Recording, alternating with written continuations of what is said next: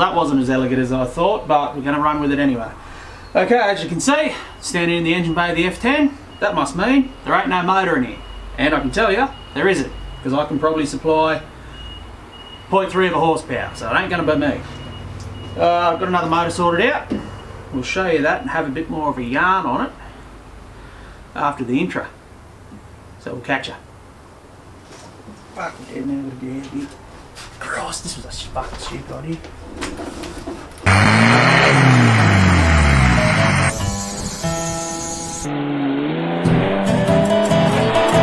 We're going to put some Daihatsu back in the Daihatsu.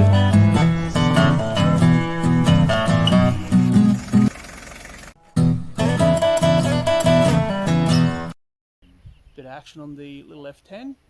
We have sourced ourselves a engine and driveline, as the 1 litre was too badly damaged to get running easily. We was going to need to take the head off and get the head recode. It's very difficult to find a VRS kit for the FE10 that comes in them. So I opted to sell that to a bloke that had one, I think it's his mother's first car. It had a rod out the block, so he only needed the bottom end. The bottom end was good. The head was completely trash. The valves were all hung open. Couldn't save it, unfortunately.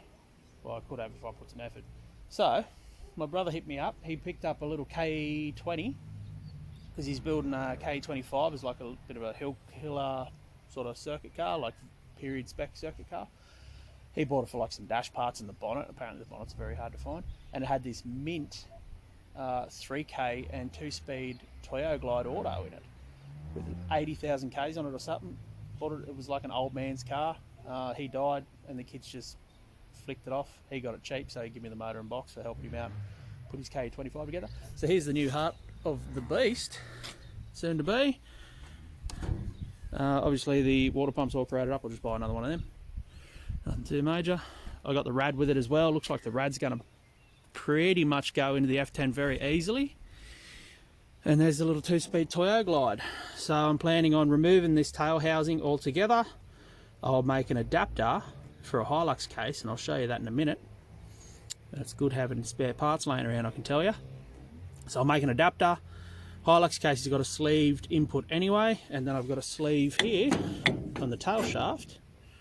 And I'll just mate those two together.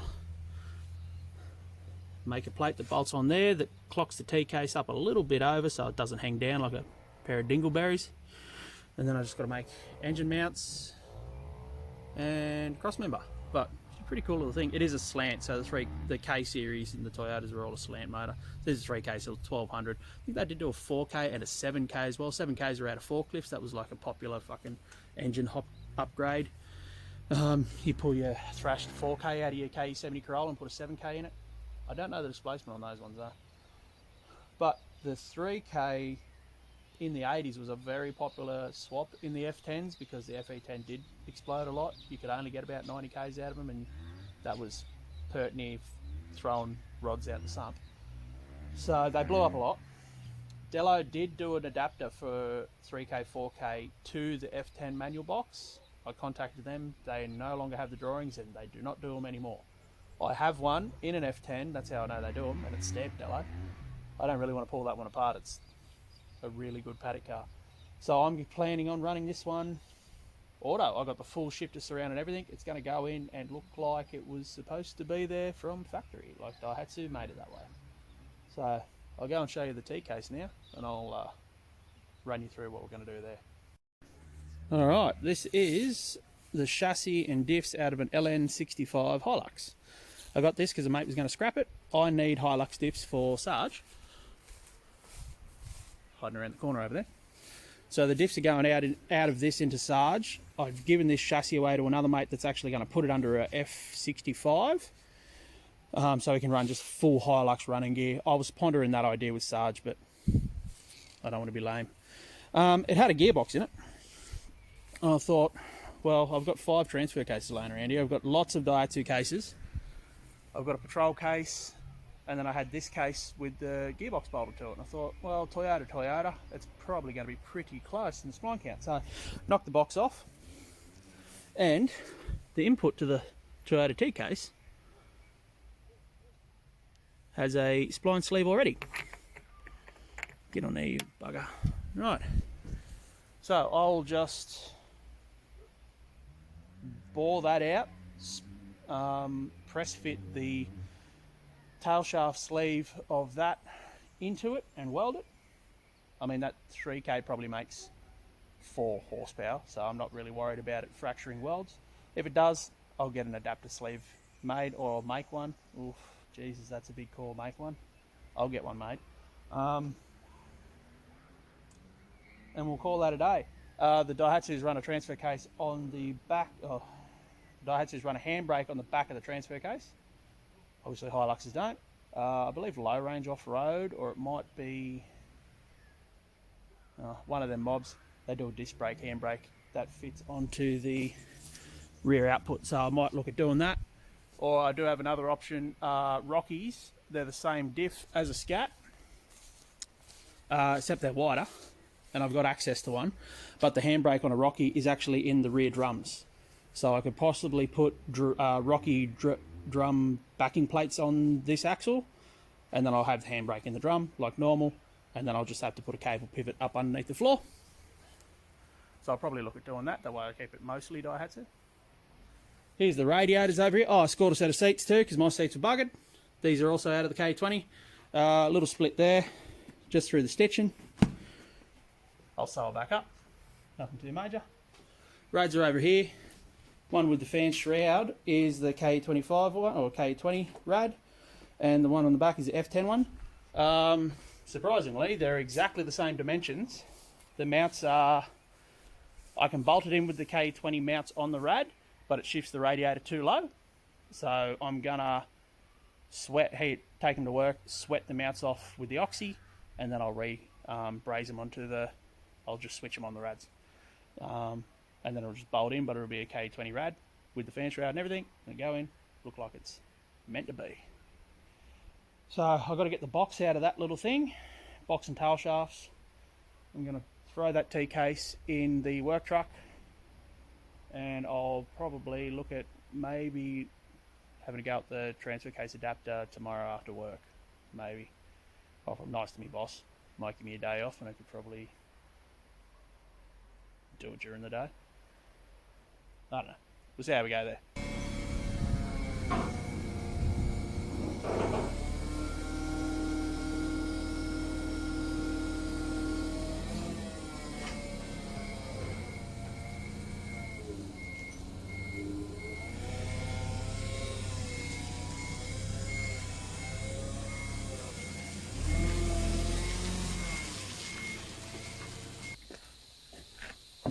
Alright, as soon as we're going to pull the tail housing off this thing, I better drain it. There we go.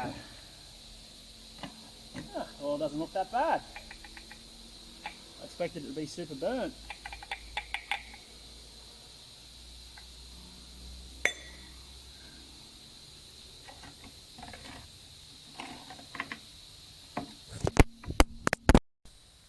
Alright, while I got it swinging, I just popped the pan off to drain it, seeing as I've got to pull the tail hosing off, separates there. A little bit of moisture in there, not too much friction material on the magnet, a little bit, to be expected. And the filter looks nice and clean. I think she's going to be a good thing in that little F10. So that's alright, she had a fair bit of oil in it. The colour of that's not the actual colour, that had engine oil in it, that bucket. A little bit of moisture. It had sat for quite a long time, the car. The magnet, let's have a look at that. A little bit on it, not too bad. I'll give it a wipe out and I'll throw it back on. I'll probably throw another filter and pan gasket on it when I actually go to put it in the car, but for now it's fully drained. Get that tail housing off, I've got to pull the Speedo drive out of it. And then we'll look at doing an adapter to that Hilux T-case. Alright, let's pull this tail housing. Oop, there we go. Okay. Damn, that's a long output shaft. Now, what I was hoping, I want to try and stubby this transfer case adapter up as much as possible. So you got the Speedo drive here. I'm hoping underneath that it's splined, and then I'll be able to maybe slip that on. Definitely not, because it's not the right size. Fuck.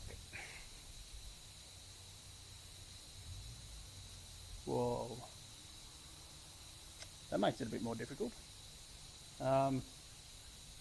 Give me a minute, I'll have to have a think.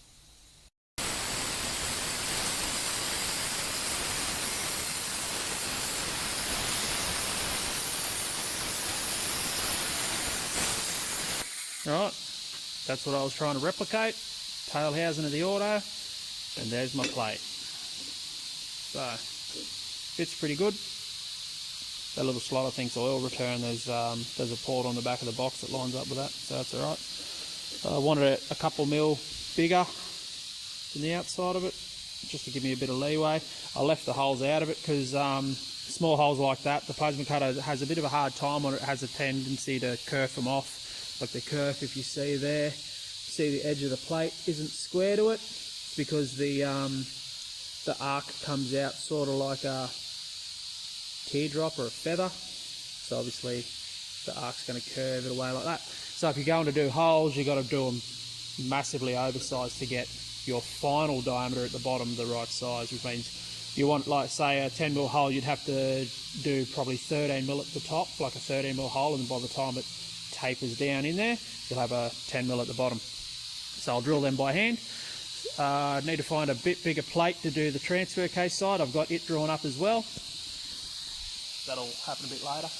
The way I drew them up, we've got SolidWorks here in the workshop, so I took a photo of it, imported it into SolidWorks, traced it, scaled it down to the outside dimensions that I needed, and then you just output it as a CNC file, punch it into the CNC plays, and she'll cut it out for you. I've done this out of, I think it's 8mm plate. 8mm should be more than enough for a little 3K.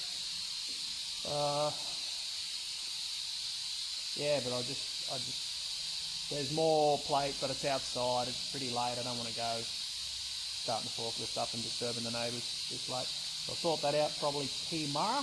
I'll have to throw it up in the lathe, both of them up in the lathe, because as you can see there and there on the Hilux transfer case side, it's got a slight bearing register. So I've rough cut the holes, even this hole. I'll throw up in the 4-jaw chuck in the lathe and I'll bore it out to that diameter.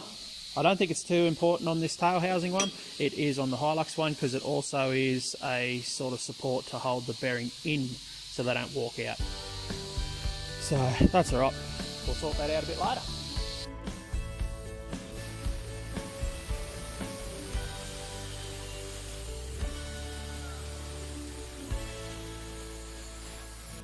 Gearbox end, T-case end. I'll just have to throw them both up in the lathe and bore them out. This one I won't have to bore the whole way out. I've literally just got to bore a step. I think it's 3mm deep, just to support the back side of the bearing so they don't walk out. And this bottom hole I'll have to cap. I wanted to leave it a through hole because it'll be easier for me to turn on the lathe, and then I'll just weld a circular disc. I think it's got to go on the other side actually. And then we'll set her up. Once I've got it lined up on the transfer case with where the bearings go, set it up, bang the holes through there. Same with that one. Get the diameter turned out, sit it on the back of the box, pock our holes through, drill them out, and then I'll find a bit of pipe that's that diameter, bring it out however long my adapter has to be, and then I'll just I'll fabricate up a little sort of, I don't know, tubey ramp thing that comes back on, say, 15-degree angle and blends back into the pipe. So yeah, we'll get after it in a little bit. Time to bore the holes in these adapters. I've already done one. That's the gearbox side, obviously. Not 100% finished. I can't find the countersink to countersink those holes real well. And it needs a bit of a deburr, but that's alright.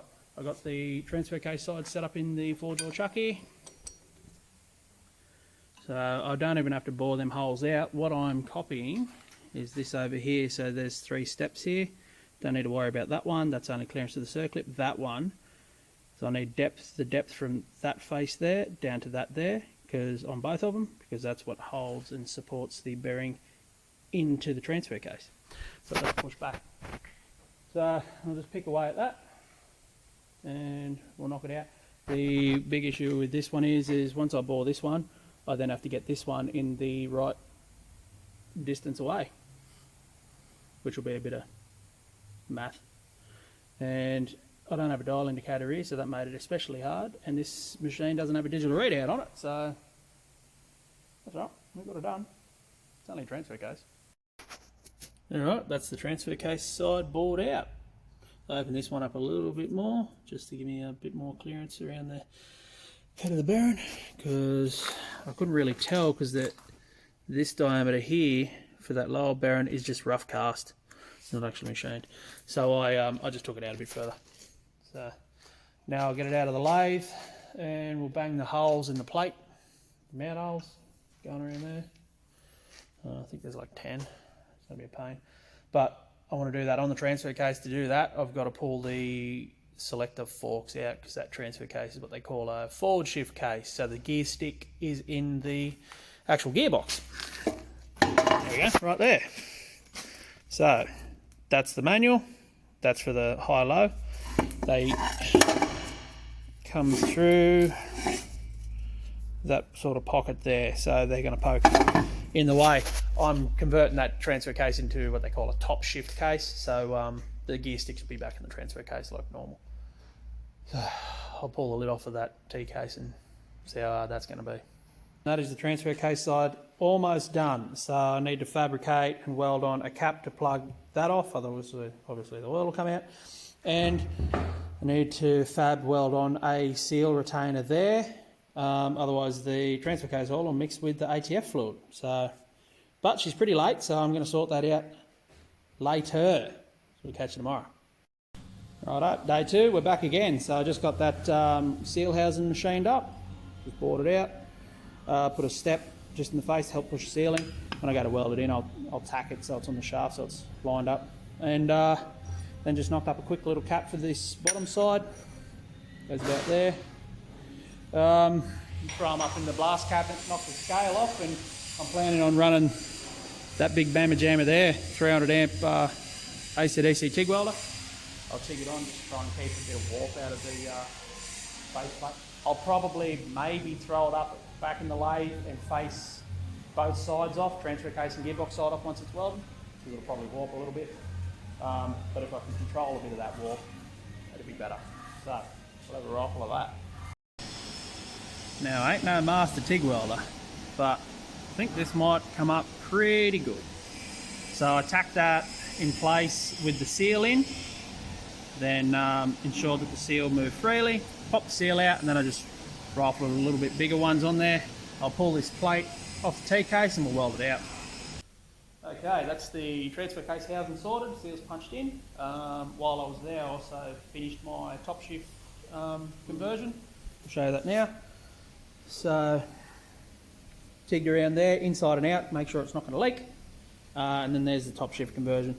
So, I pretty much cut the selector fork that poked out of here, trimmed the gates of the selector off, and then tigged them onto the shaft. So this is high-low, that's two-wheel drive, four-wheel drive. Trail Gear Off-Road does sell the top shift conversion. It works out to be, I think it's like $300 American. What it is, it's a replacement high-low fork with that ear on it, and then it's another shaft, and then it's basically that again without a selector on it. Alright, that's the adapter welded on. I just plug welded it there. It's not hot, I've just been welding other parts. So that's that. And I just had to go at welding the tail housing adapter, I guess you could call it. I just finished welding that. Here it is here. Bit hard to see. Doesn't look too bad. I mean,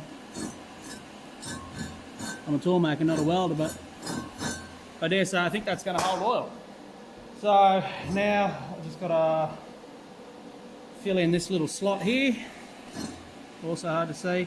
That's like an oil return out of the auto box, so I'll just put like a little fucking bit of tube thing, weld that in. And then on the bottom side here, there's also an oil return into the pan from the tail housing.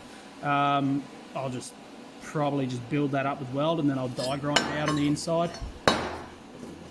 so that it'll return. I'll just bore that out with the die grinder through there, and we'll ship that in. So she's almost an adapter. I'll do that, then I've got to slip that on, cut it to length, slip that on, slide the T-case on, which is still sitting over there. As you can see, I've got stick in it now. You can get an adapter to suit the top shift case to the forward shift setup. I pretty much just drilled extra holes in the plate and bolted on it. Really, it's a transfer case stick. It's not doing anything strenuous. So that'll be right. So I'll keep having a go at this. We'll catch up with you in a minute. Okay, now I've had the transfer case slipped on the back of that. I've worked out how long I've got to cut this. Got her up in the lathe, part and off tool engaged. I hate using these because they have a tendency to break, especially on something as odd shaped, odd diametered as pipe. But that's okay, we'll just take it easy. Pick away at it. And I might have this thing maybe done today.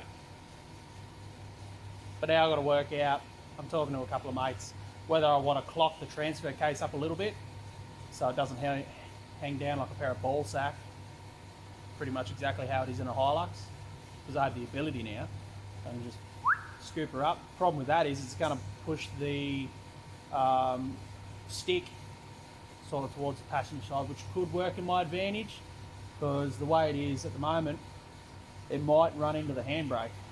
So I'll have a bit more of a ponder of that. I'll get this cut first and we'll have a bo peep at it. I'll have a think. Oh, we'll have a go.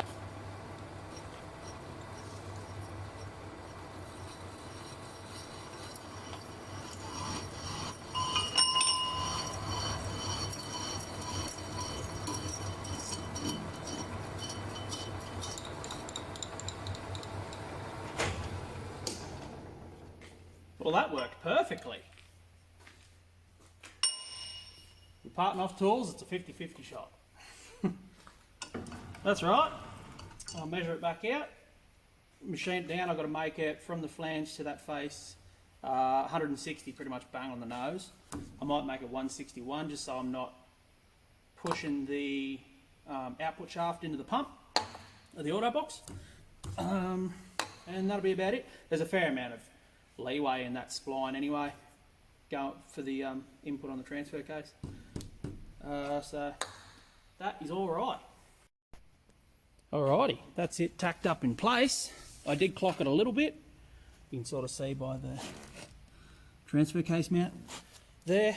Try and get a bit better, bit more of a flatter belly on the old Daihatsu. This has ended up being about 100mm longer than the factory 4-speed that's in the F10 at the moment. So I can probably make my gearbox and transfer case mount off the actual adapter pipe. I'll just build something down and go to it, and then might be able to just run a flat cross member the whole way along. If I could, that'd be great. If I can't, so be it. It's better than the bloody hump of the transfer case hanging out below it. So I clocked it as far as I could. I could go more, but then it's like the output's going to be in line with the center line of the auto box, so I don't really want that. So this is just higher than the flange is just higher than the base of the auto pan. The transfer case still is the lowest point, but it's a couple of ears where the Hilux gearbox mount bolts to, so that's getting taken off anyway. Who cares about that? And if I bump that on rocks, well, I mean, it's going to be on open diffs, so probably not going to be doing much rock crawling. It's more like a bloody sand dune bomber than anything. You know, if I take it across rocks and I hit the transfer case, so be it. So I'll pop this off now. I just tacked it with the MIG. I've now got to pull everything apart because it's now an assembled unit. We'll do final weld out. Might call it a night here. It's 9 o'clock. And then at home I'll do a bit of measuring and see where the mount's going to end up. If it's not going to end up on the adapter tube, I'll probably just run a couple of triangle gussets up along there somewhere. And then obviously I've got to put a mount on there for the linkage for the auto shifter, because that comes up there. I grabbed the whole auto shifter and surround out of the KE20. So the plan is put it in, other than another hole in the floor for the new transfer case stick location, I want it to look relatively factory. So have the nice plastic surround around it, which is going to pretty much meet up to the base of the dash, which is pretty cool. And it's already a little bit patinaed, so it matches the rest of the truck, as does the air cleaner. I ain't painting that. It's going in like that. I'm going to give the engine a good gurney because it's got some rat droppings on it. And that's about it.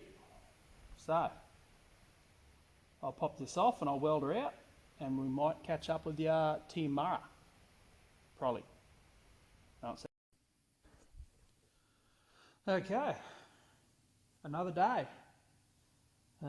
She's pretty late. Again. Helped a mate throw a set of 85% reduction gears into a patrol case, so that took a lot longer than anticipated. But we've got the adapter done. She's all buttoned up now. There she is. Painted machinery grey, same colour as the Fairlane wheels.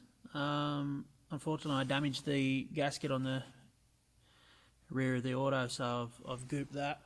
I've snugged the bolts up. I'll let that set overnight. I've got to come back down tomorrow. I've got another little project to sort out.